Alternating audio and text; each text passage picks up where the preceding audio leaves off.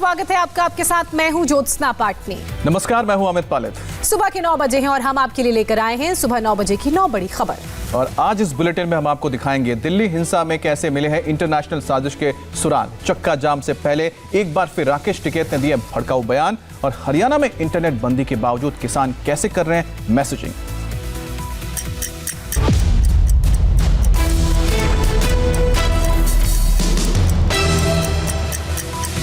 9 बजे की खबरों में सबसे पहले बात दिल्ली हिंसा को लेकर दिल्ली पुलिस के एक्शन की। और 26 जनवरी की हिंसा के पीछे इंटरनेशनल साजिश के खुलासे के बाद दिल्ली पुलिस ने मामले में केस दर्ज कर जांच शुरू कर दी है।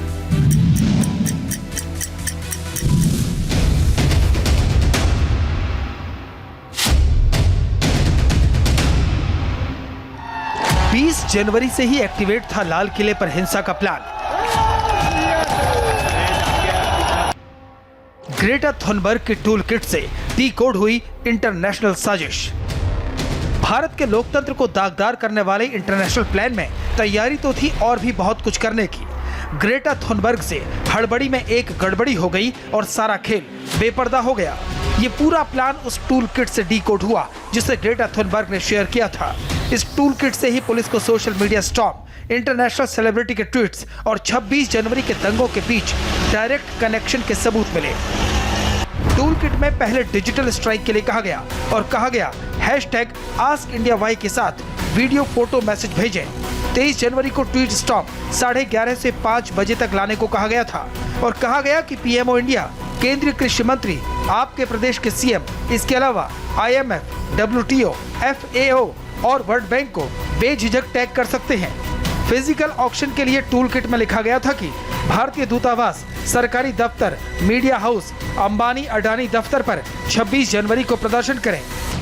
दिल्ली पुलिस को सोशल मीडिया मॉनिटरिंग के कॉन्टेक्स्ट में एक पर्टिकुलर अकाउंट के द्वारा एक डॉक्यूमेंट अपलोड किया गया जिसका नाम टूल किट है। उस टूल किट को एक पर्टिकुलर प्रो खालिस्तानी ऑर्गेनाइजेशन है जिसका नाम पोएटिक जस्टिस फाउंडेशन है, इसके द्वारा इसकी ऑथरशिप दिखाई गई है। और इस डॉक्यूमेंट में एक एक्शन प्लान डिलिनेट किया गया है जिस एक्शन प्लान में ये बताया गया है कि 26 जनवरी के बाद 26 जनवरी और उसके आसपास डिजिटल स्ट्राइक करना है, एक ट्वीट स्टॉर्म करना है 23 जनवरी के ऑनवर्ड्स, एक फिजिकल एक्शन करना है 26 जनवरी को, और फार्मर्स प्रोटेस्ट और जो मार्च 26 जनवरी को होना था उसको या तो ज्वाइन करना है या इसको वॉच करना है, कैसे ये दिल्ली में प्रवेश करता है और फिर वापस ये बॉर्डर पे जाता है। ये टूल किट जांच एजेंसियों के भी होश उड़ा देने वाला था। ग्रेटा थुनबर्ग के अलावा दिल्ली पुलिस के सामने ये भी एक बड़ा सवाल था कि पॉप स्टार रिहाना ने क्यों ट्वीट किया। टूल किट की जांच शुरू हुई तो पता चला दरअसल रिहाना कनाडा के MP जगमीत सिंह की दोस्त है। रिहाना ट्विटर पर जगमीत सिंह को फॉलो करती है और दोनों एक दूसरे को डायरेक्ट मैसेज करते हैं। जगमीत सिंह खालिस्तान समर्थक है और खालिस्तान आंदोलन के लिए फंड जुटाने का काम करता है। किसान आंदोलन के मुद्दे पर कनाडा में लगातार प्रोटेस्ट हो रहे हैं और दुनिया के बाकी हिस्सों में भी जगमीत सिंह का संगठन प्रदर्शन कर रहा है। ऐसे में जब रिहाना ने किसान आंदोलन को लेकर ट्वीट किया तो लोग हैरान रह गए, लेकिन जब टूल किट में पोएटिक जस्टिस फाउंडेशन का नाम आया और पता चला कि संगठन को चलाने वाला जगमीत सिंह है तो सारा राज सामने आ गया। 26 जनवरी को लाल किला हिंसा मामले में दिल्ली पुलिस की इन्वेस्टिगेशन में कई बड़े सबूत हाथ लगे हैं। दिल्ली पुलिस ने हजारों वीडियो देखकर ऐसे चेहरे की पहचान की है जिन पर हिंसा करने या करवाने का आरोप है। 26 जनवरी को लाल किले पर हिंसा एक सोची समझी रणनीति का हिस्सा थी। इसका सबूत है वो हजारों वीडियो जिनके जरिए दिल्ली पुलिस की इन्वेस्टिगेशन टीम और फॉरेंसिक टीम ने हिंसा फैलाने वालों की पहचान की। हिंसा वाले दिन कोई हथियार लेकर पहुंचा तो किसी ने झंडा फहराया और किसी ने भीड़ को भड़काया। बहुत ही तकनीकी तरीके से, साइंटिफिक तरीके से इसका इन्वेस्टिगेशन चल रहा है और जैसे जैसे इन्वेस्टिगेशन में एक हम पड़ाव पे पहुंचेंगे तो और भी इसके बारे में आपको बताऊंगा। अब तक दिल्ली पुलिस ने 26 जनवरी हिंसा मामले में 50 से ज्यादा दंगाइयों की पहचान की है। आइडेंटिफाई किए लोगों की तलाश की जा रही है। जल्द गिरफ्तार करने के लिए लाखों रुपए के इनाम घोषित किए गए हैं। इन लोगों के चेहरे उजागर करने से पहले दिल्ली पुलिस ने लाल किले पर हिंसा मामले में 40 FIR दर्ज की हैं। करीब 130 लोगों को गिरफ्तार किया है। वहीं सीसीटीवी फुटेज में जिन लोगों की पहचान होनी बाकी है या पहचानने में मुश्किल हो रही है, उनके लिए भारत ने अमेरिका से भी सहयोग मांगा है। 6 फरवरी को किसानों के चक्का जाम से पहले राकेश टिकैत ने किसानों को उकसाने वाला बयान दिया है। गणतंत्र दिवस से पहले भी राकेश टिकैत पर इसी तरह भड़काऊ बयान देने का आरोप है। कील काट का चलेंगे इनकी कील काट देंगे जब तक दिमाग ठीक नहीं करने का कर लेंगे, इनकी कील काट के बिना जाएगा नहीं आते। चक्का जाम से पहले राकेश टिकैत के बहके बोल कुछ इस तरह सुनाई दिए। अपने अंदाज में केंद्र सरकार को चेतावनी देते हुए टिकैत ने कहा, हम बीज बोले, ये कील बोले, ये कौन सा गणित है? दिल्ली पुलिस ने किसानों को दिल्ली आने से रोकने के लिए जबरदस्त फेंसिंग की है। सीमेंट से मजबूत बैरिकेड बनाने से लेकर सड़क में लोहे की बड़ी बड़ी कील गाड़ी गई है।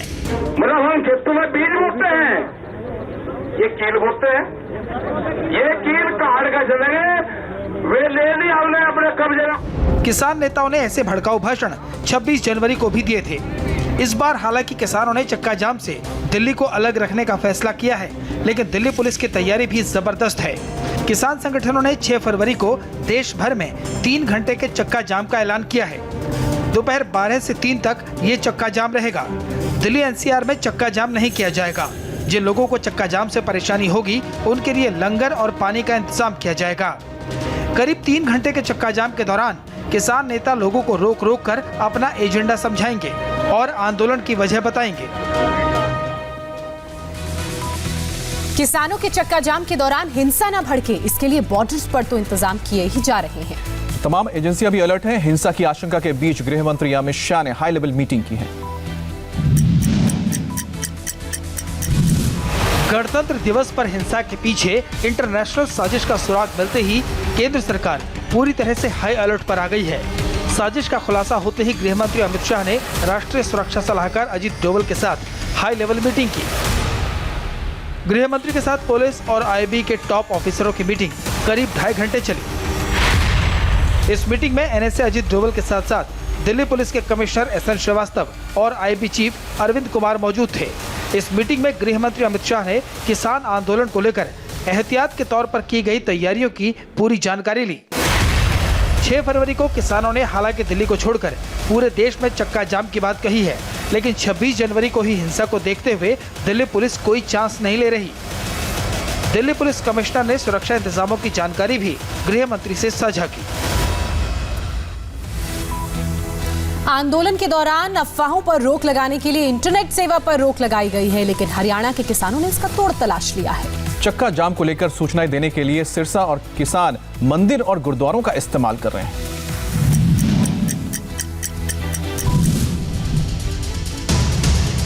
सिरसा जिले के किसानों की ये नई तरकीब है। कहीं मंदिरों में मीटिंग हो रही है तो कहीं गुरुद्वारे के लाउड स्पीकर से लोगों को चक्का जाम की सूचनाएं दी जा रही हैं। लोगों को बुलाया जा रहा है और 6 फरवरी के आंदोलन की रणनीति समझाई जा रही है। सरकार चाहे कुछ भी हथकंडे अपना ले, नेट बंद कर दे, लेकिन हमें कोई फर्क नहीं पड़ता। हमारे गांव में मंदिर है, गुरुद्वारे है, हम उनका सहारा लेके अपने साथियों को इकट्ठा कर रहे हैं और बैठ के विचार विमर्श करके जो है अपनी किसानों की लड़ाई की रणनीति तैयार कर रहे हैं। किसानों ने ये रणनीति हरियाणा के कई जिलों में इंटरनेट सेवा बंद किए जाने के बाद से अपनाई। हालांकि किसानों का दावा है कि मंदिरों और गुरुद्वारों के जरिए मैसेज देकर वो किसानों से चक्का जाम के दौरान शांति बरतने की अपील कर रहे हैं, लेकिन इंटरनेट बंदी को लेकर गुस्सा भी साफ झलकता है। जिस प्रकार से सरकार कर रही है, इस बात से सरकार हमारे आंदोलन को नहीं दबा सकती। चाहे सरकार कुछ भी कर ले, नेट तो चलाने पड़ेंगे सरकार को, क्योंकि सारी अव्यवस्था हो जाएगी, लेकिन किसान आंदोलन नहीं रुकेगा। पहले तो जब जिमीदार जियो के नेट बंद करा रहा था, उस टाइम तो ये बोल रहे थे कि बच्चों की बहुत पढ़ाई खराब हो रही है। अब जो इन्होंने नेट बंद किया, अब नहीं बच्चों की पढ़ाई खराब हो रही। सरकार से पूछना चाहता हूँ। 6 फरवरी को किसानों के चक्का जाम को देखते हुए हरियाणा के कई जिलों में इंटरनेट सेवा बंद की गई है। किसान आंदोलन की वजह से बॉर्डर से सटे इलाकों में बंद जैसे हालात हैं। सर्दियों के सीजन में लुधियाना के हौजरी कारोबार में रौनक दिखती थी, लेकिन अभी वहां सन्नाटा पसरा है।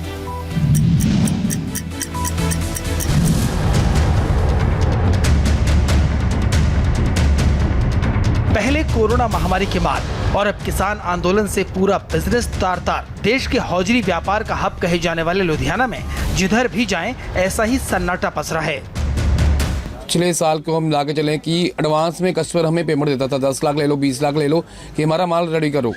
इस बार हम कस्टमर को उड़ीक रहे हैं, कस्टमर ही नहीं आ रहा। ट्रेनें बंद पड़ी हैं, बसें बंद पड़ी हैं, सब कुछ बंद पड़ा हुआ है लुधियाना में। हम तो दुकानदार बिल्कुल चौपट बैठे हैं। सरकार को चाहिए कि किसानों से जल्दी जल्दी इनका फैसला निपटाए, तब जाके हालात नॉर्मल होंगे। कारोबारियों के मुताबिक 2 महीने से ज्यादा के आंदोलन के दौरान जिस तरह यातायात प्रभावित हुआ, उसकी वजह से न तो ग्राहक आ रहे हैं और न ही कच्चे और तैयार माल की सप्लाई हो पा रही है। लॉकडाउन खोलने के बाद इस सीजन से बड़ी उम्मीद थी, लेकिन आंदोलन की वजह से आर्थिक संकट की स्थिति बन चुकी है। ममता सरकार से मंजूरी नहीं मिलने पर पश्चिम बंगाल में बीजेपी की रथ यात्रा का मामला अब हाईकोर्ट पहुंच गया है। बीजेपी ने 6 फरवरी से रथ यात्रा निकालने की इजाजत मांगी थी, लेकिन ममता सरकार ने मना कर दिया। बंगाल में बीजेपी की रथ यात्रा पर तकरार बढ़ती जा रही है। बीजेपी रथ यात्रा निकालना चाहती है तो ममता सरकार उसे रोकने पर अड़ी है। ममता सरकार ने परिवर्तन रथ यात्रा के खिलाफ कोर्ट में अर्जी लगाई है और परमिशन नहीं देने की सिफारिश की है। बीजेपी का आरोप है कि हार के डर से ममता बौखला गई हैं और रथ यात्रा की इजाजत नहीं देना चाहती। दल होने के कारण हमारा फंडामेंटल राइट्स भी है कि हम जनता के बीच में जाएं और हमारी 5 गाड़ियां बन रही है, 5 गाड़ियों के माध्यम से हम परिवर्तन यात्रा निकालेंगे। यहाँ भी उन लोग खुद कोर्ट में चले गए जो हमको जाना चाहिए था, लेकिन इस प्रकार से किसी का लोकतांत्रिक अधिकार को कोई हरण नहीं कर सकता है। हम दूसरा विकल्प ढूंढेंगे। बुधवार को कलकत्ता हाईकोर्ट में रथ यात्रा के खिलाफ एक जनहित याचिका दायर की गई है। बीजेपी की रथ यात्रा 6 फरवरी से प्रस्तावित है। 1 महीने तक चलने वाली रथ यात्रा सभी 294 सीटों को कवर करेगी। ममता बनर्जी का आरोप है कि रथ यात्रा के बहाने बीजेपी बंगाल की हिंसा को आग में झोंकने की साजिश कर रही है। ওরা চায় দাঙ্গা, আমরা চাই শান্তি। ওরা চায় যুদ্ধ, আমরা চাই শান্তি। इससे पहले ममता बनर्जी ने रथ यात्रा के लिए स्थानीय प्रशासन से अनुमति की बात कही थी। यानी बंगाल में बीजेपी के साथ डबल गेम खेला जा रहा है ताकि बीजेपी की रथ यात्रा न निकले। महाराष्ट्र में भड़काऊ भाषण देने के बाद से फरार शर्जील उस्मानी की तलाश लगातार तेज है। शर्जील उस्मानी अब तक ना महाराष्ट्र पुलिस के हाथ लगा है और ना ही यूपी पुलिस के हत्थे चढ़ा है।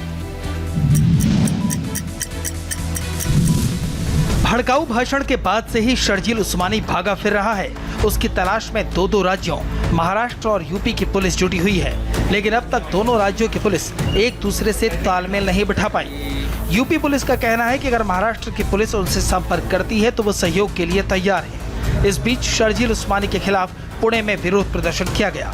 शर्जील के बयान पर मुस्लिम धर्मगुरुओं ने कड़ी आपत्ति दर्ज कराई। किसी भी इंसान को ये हक हासिल नहीं है कि किसी भी धर्म, किसी की मजहब के बारे में वो बोले। शर्जील उस्मानी हो, मुसलमानों और हिंदुओं के बीच में नफरत पैदा करने की कोशिश करते हैं, वो इस मुल्क के दुश्मन हैं। मुस्लिम धर्मगुरुओं के मुताबिक शर्जील जैसे शख्स किसी भी समुदाय के हों, देश और समाज के लिए खतरा है। ऐसे लोगों पर सख्त शिकंजा जरूरी है। उत्तर प्रदेश के बरेली में एक परिवार के पलायन को लेकर तनाव लगातार बढ़ता जा रहा है। परिवार का आरोप है कि गांव के खास समुदाय के लोगों ने जीना मुहाल कर दिया है।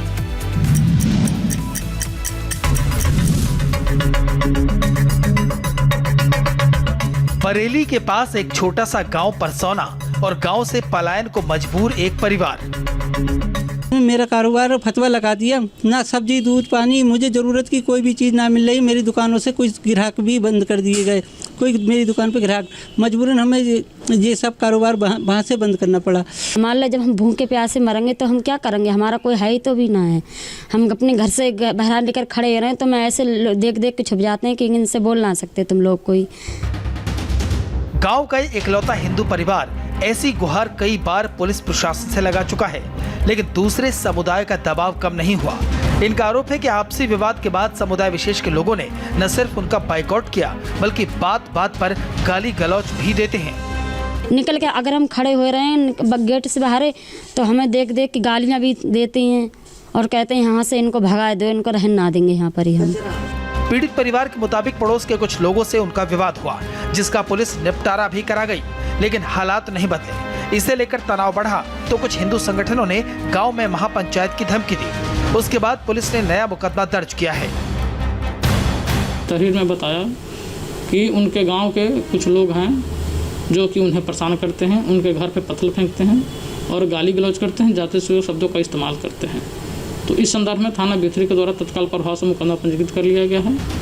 एफआईआर के बाद पुलिस ने आरोपियों की धरपकड़ के लिए टीम तो बना दी है, लेकिन पूरे विवाद को लेकर गांव में तनाव का माहौल है।